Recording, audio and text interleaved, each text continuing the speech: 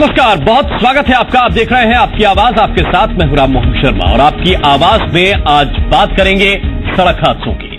मध्य प्रदेश में बीते 24 घंटे में अलग अलग जगहों से लगातार दुर्घटनाओं की खबरें आ रही हैं। कहीं पर बस पलट गई तो कहीं कार दुर्घटना की शिकार हो गई, कहीं बाइक आपस में टकरा गई तो कहीं एसयूवी तालाब में समा गई। नतीजा यह कि लगभग 20 लोगों की मौत हो गई और करीब 100 लोग घायल हो गए। ये पूरी तस्वीर हम आपके सामने रखेंगे, लेकिन साथ ही ये सवाल भी रखेंगे कि क्या सिर्फ ये एक दिन की बात है या हर दिन सूरत कुछ इसी तरह की रहती है। क्यों साल दर साल सड़क हादसे और उनमें होने वाली मौत का आंकड़ा बढ़ रहा है। क्यों सड़क हादसों को लेकर हम उतने फिक्रमंद नहीं हैं जितनी दूसरी बातों को लेकर होते हैं। इस पर हम चर्चा करेंगे, लेकिन उससे पहले आपको यह बता दें कि जो खबर हम आपको दिखा रहे हैं वो खबर सच और पूरी तरह से विश्वसनीय है। ये जानने के लिए हमने अब हर खबर को विश्वसनीयता की कसौटी पर कसना शुरू किया है।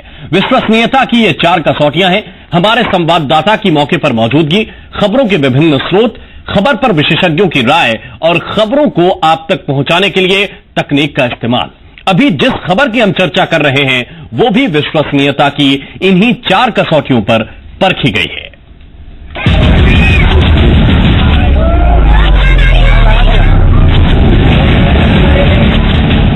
मध्य प्रदेश में एक बार फिर रफ्तार का कहर बरपा। बीते 24 घंटों में करीब 10 से ज्यादा हादसे हुए और इन हादसों में लगभग 20 लोगों ने दम तोड़ दिया।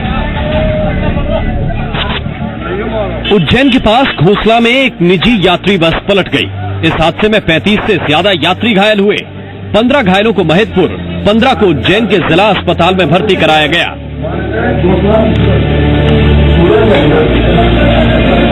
5 गंभीर घायलों को इंदौर रेफर किया गया।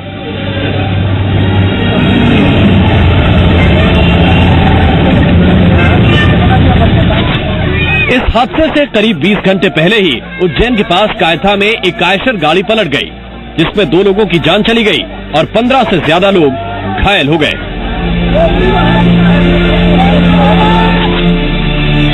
मंदसौर में एक तेज रफ्तार बेकाबू कार ने मोटरसाइकिल सवार एक परिवार को कुचल दिया।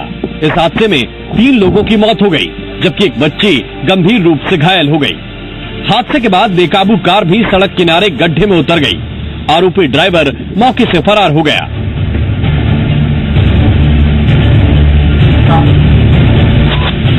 सीहोर के इंदौर भोपाल रोड पर मेहतवाड़ा के पास एक तेज रफ्तार कार अनियंत्रित होकर पेड़ से टकरा गई। हादसे में 3 लोगों ने मौके पर ही दम तोड़ दिया, जबकि 5 लोग गंभीर रूप से घायल हो गए। सभी घायलों को फर्स्ट एड के बाद भोपाल रेफर कर दिया गया। जानकारी के मुताबिक एक ही परिवार के ये सभी लोग भस्म आरती के लिए भोपाल से उज्जैन जा रहे थे। उधर सीहोर के ही रेहटी थाना इलाके में 2 बाइकों में जोरदार टक्कर हो गई। आमने सामने की ये टक्कर इतनी जोरदार थी कि दोनों बाइकों पर सवार 5 लोगों की दर्दनाक मौत हो गई।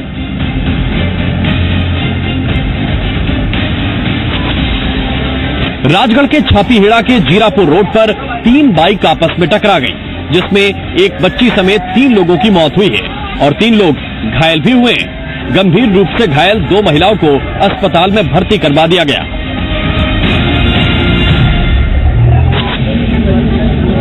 नीमच में आज सुबह एक तेज रफ्तार बस पिकअप से टकरा गई। बस में 30 से ज्यादा यात्री सवार थे। हादसे में सभी मुसाफिरों को छोटी मोटी चोट आई है, जबकि एक महिला की हालत गंभीर बताई जा रही है। भिंड में भी एक तेज रफ्तार स्कॉर्पियो अनियंत्रित होकर गोरी तालाब में गिर गई। तालाब में गिरने से पहले गाड़ी ने पुलिस का चेक प्वाइंट भी तोड़ दिया। इस दौरान वाहन चेकिंग में तैनात 3 पुलिसकर्मी बाल बाल बच गए। मध्य प्रदेश में बीते 24 घंटे में हुई दुर्घटनाओं की ये पूरी तस्वीर नहीं है। सड़क हादसे लगातार बढ़ रहे हैं और साथ ही सड़क हादसों में मरने वालों की तादाद भी। मध्य प्रदेश में हर दिन 25 से ज्यादा लोग सड़क हादसों में अपनी जान गंवा देते हैं। छत्तीसगढ़ में हर दिन होने वाले सड़क हादसे 11 लोगों की जान ले लेते हैं। पूरे देश में सिर्फ एक दिन में ही करीब 400 लोगों की जान सड़क हादसों में चली जाती है। यानी सड़क हादसे देश में हर घंटे 17 लोगों की जान ले रहे हैं। हैरानी इस बात पर भी है कि साल दर साल ये आंकड़ा घटने के बजाय और बढ़ रहा है। लेकिन फिर भी सड़क हादसे रोकने की दिशा में कोई ठोस पहल दिखाई नहीं देती। ब्यूरो रिपोर्ट, जी मीडिया।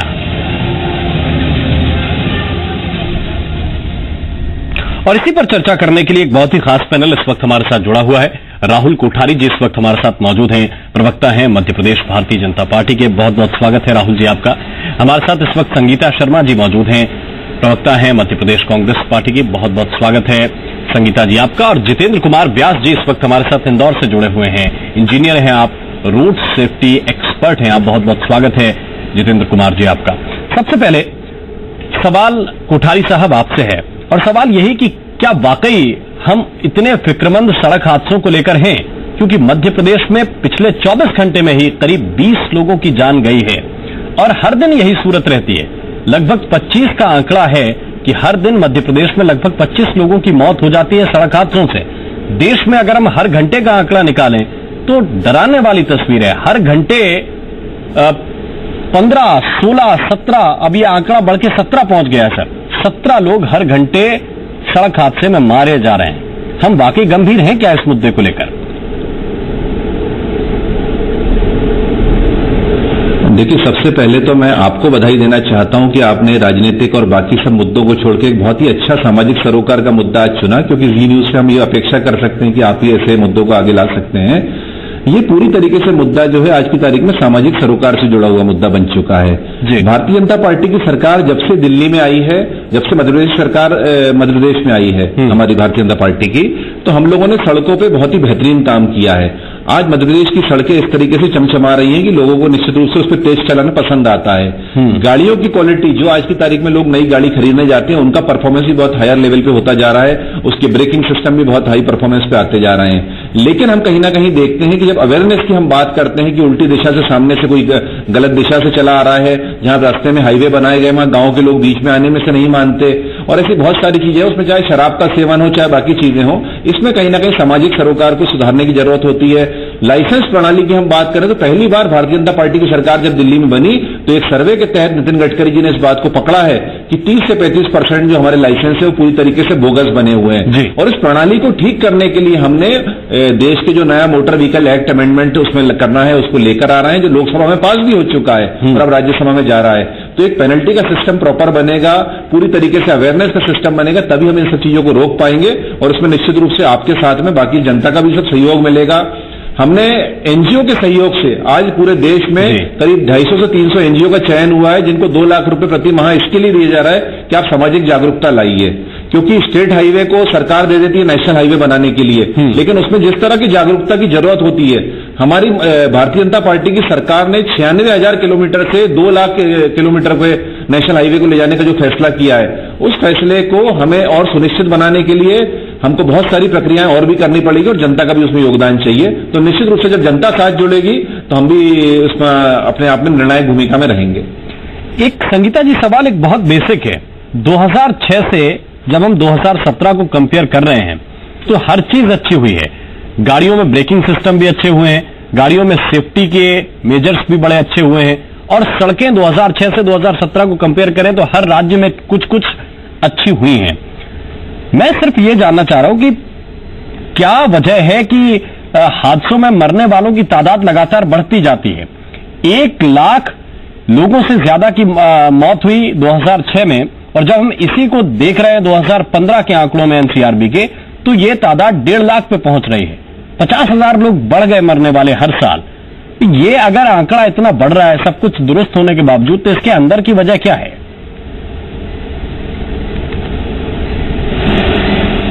देखिए राम मोहन जी, सबसे पहली वजह तो अगर मैं आपको बताऊं तो नशा सबसे बड़ी वजह है कि नशा करके ड्राइवर गाड़ी चलाते हैं। अगर कोई नशा एक कारण हो सकता है, दूसरा रोड की प्रॉब्लम हमेशा से रही है और ट्रैफिक रूल्स फॉलो नहीं करने की भी समस्या एक हम हमेशा देखते हैं।